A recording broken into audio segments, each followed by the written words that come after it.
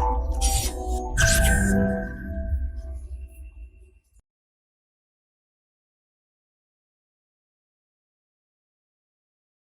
everyone, this is Prem Surani coming up with the next round of our quiz section, and in this section we are going to learn about these many topics in question and answer format, especially in prelims oriented question and answers, right, in quiz format.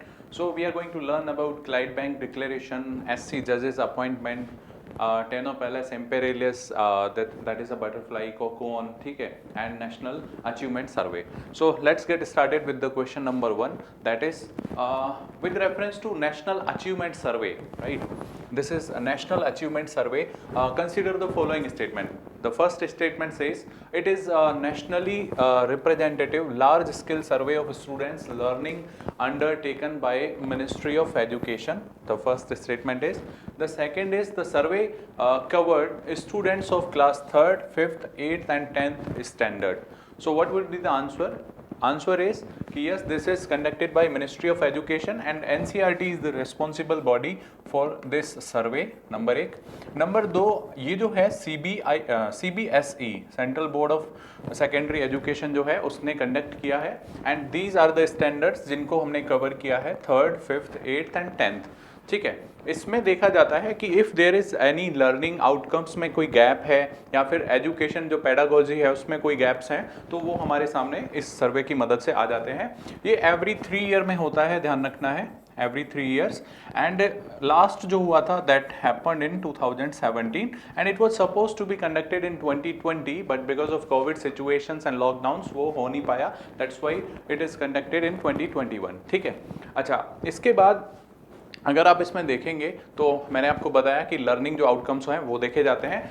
अच्छा, जो schools cover होते हैं वो government schools होते हैं, government aided schools भी होते हैं, राइट, एंड प्राइवेट स्कूल्स भी आपके इसमें सर्वे में शामिल होते हैं. So this was all about this survey, that is National Achievement Survey. The answer would be both 1 and 2 are correct, right? So this was all about this survey.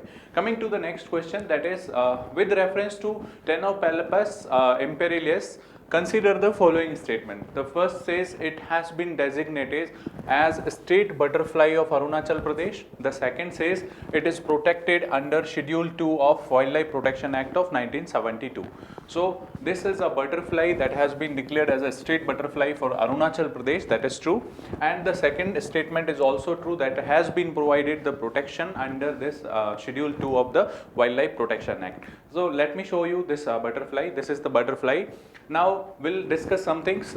This is also known as Kesar-a-Hind. Kesar-a-Hind butterfly. Arunachal Pradesh has given this status of butterfly, this state butterfly to this butterfly. The third thing is it is also found in 6 other Himalayan states, and generally the height of 6,000 to 10,000 feet is the height where these butterflies are generally found. ठीक है. अच्छा, इसके बाद अगर आपको एक statement बोलूँ अगर मैं कि this is endemic to India, तो ध्यान रखना ये एंडेमिक टू इंडिया नहीं है. जो नेबरिंग कंट्रीज हैं स्पेशली भूटान, म्यांमार, इनमें भी यहाँ पे ये पाई जाती है, right. So this is not endemic to India. Next we come to the schedule 2 of the wild life protection act. Wild life protection act में टोटल देयर आर 6 शेड्यूल्स. ठीक है. सो 1 and 2 जो हैं वो उनमें आपको जो डिग्री ऑफ प्रोटेक्शन होता है वो काफ़ी ज़्यादा होता है. यानी अगर इनसे रिलेटेड आप अगर इस बटरफ्लाई को पकड़ते हैं, इलीगली कैप्चर करते हैं, so you will be charged under some penal provisions because of this schedule 2. ठीक है. तो ध्यान रखना, schedule 1 highest degree of protection, schedule 2 somewhere some extent पे थोड़ा सा शेड्यूल 1 से कम, but still higher degree of protection is provided to the species. ठीक है. तो ये है आपकी state butterfly of this Arunachal Pradesh, that is Tenopelopus imperialis, right. Coming to the next question, that is with reference to High Court judge, consider the following. Statement 1 says judges of High Court are appointed by CJI of the concerned High Court. The second statement says the retirement age of High Court judge is same as Supreme Court, which is 65 years. ठीक है. तो इसमें आपको पता लगाना है. The first statement is not correct, the second is also incorrect one. The answer would be none of the above. Because आपको अगर पता हो जज ऑफ हाई कोर्ट कैसे अपॉइंट होता है, the president is the one who appoints the जजेस of high court. जो प्रेसिडेंट होता है that has to consult CJI of India and then governor of that concerned state in the matter of appointment of the CJ of that high court, CJHC। Other जब उसी high court में जो नीचे के जज appoint होंगे तो उसमें फिर CJHC जो हैं उनको भी कंसल्ट किया जाएगा। तो ध्यान रखना, ये CJI जो है ऑफ कंसर्न हाई कोर्ट वो अपॉइंट नहीं करता, प्रेसिडेंट अपॉइंट करता है। That is statement 1 is incorrect. The second में है कि सुप्रीम कोर्ट के जो जज हैं उनके बराबर एज नहीं होती, यहाँ पे जो है 62 ईयर ऑफ द एज होती है फॉर हाई कोर्ट जज। ठीक है, so this is not correct. तो दोनों ही करेक्ट नहीं है, the none of the above would be the answer. Coming to the next question, that is with reference to Clydebank Declaration, consider the following statements। Clydebank Declaration क्या है उसके बारे में आपको दिया हुआ है। The declaration aims to set up green shipping corridors which are zero emission maritime routes between two ports। ठीक है, जो ग्रीन आपके पाथवेज हैं, शिपिंग कॉरिडोर्स हैं, वो बनाने होंगे इसके अंडर, ये बोल रहे हैं। Signatory, India is also the signatory of this declaration and the third is signatory countries will support the establishment of at least 6 green shipping corridors by 2050।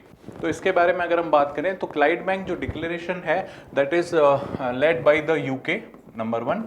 दूसरा, इसमें अभी 19 कंट्रीज जो हैं शामिल हो चुकी हैं। There are total 19 countries and the aim is this one, ये सही है कि to set up the green shipping corridors. ठीक है, अगर आप शिपिंग से अगर आप देखेंगे कितना ग्रीन हाउस गैसेज अमिट होती है तो according to world economic forum 3% of the green house gas emission is contributed by this sector. ठीक है, तो इसको आप नेक्स्ट जो अपकमिंग टाइम है उसमें और बढ़ सकता है, इसको लिमिट करना है। दैट इज वाई यूके ने ये इनिशिएटिव लिया है। टोटल 19 कंट्रीज ने ज्वाइन किया है। एम क्या है, ग्रीन शिपिंग कॉरिडोर्स बनाना है। But remember, India is not the part of this declaration. ठीक है, so second statement is not true. अगर आप एलिमिनेट करेंगे तो second is not true and third है signatory countries will support the at least 3-6 green corridors जो हैं वो बनाने होंगे। This is true. सो यहाँ पे थोड़े ऑप्शंस आपके खराब हैं, तो 1 and 3 are the answers here. ठीक है, 1 and 3 are true, second is not correct. Coming to the next question, Clydebank declaration आपको क्लियर हो गया होगा। Coming to the next question that is कोकोन initiative. This sometimes seen in the news. ये ऐसे कुछ क्वेश्चन जो हैं अपीयर हुए थे, कुछ यूपीएससी में ऐसे हो जाते हैं कभी कभी। So this is related to what? तो आपको दिए हुए option near earth space objects, hacking and cyber security, crypto currency and blockchain and international science festival. तो याद रखना ये जो है आपका हैकिंग एंड साइबर सिक्योरिटी से रिलेटेड है एंड केरला ने, अभी केरला जो पुलिस है उसने ये ऑर्गेनाइज किया था कोकोन, जो साइबर सिक्योरिटी एंड हैकिंग पे डिपेंडेंट है। ठीक है, जो हैकेथॉन है वो इससे रिलेटेड है। Okay, so this was about the cocoon. So this was all about today's quiz. I hope आपको ये क्वेश्चन समझ में आए होंगे। अगर कोई भी आपको डाउट रहता है आप कमेंट सेक्शन में बताइएगा एंड शेयर एंड लाइक कीजिए। Thank you very much for watching this initiative. Current Affairs by Forum IAS is an all-in-one program that covers the dynamic aspect of the syllabus from both prelims and mains perspective. Last year, we have helped more than 100 students crack IAS with our current affairs classes.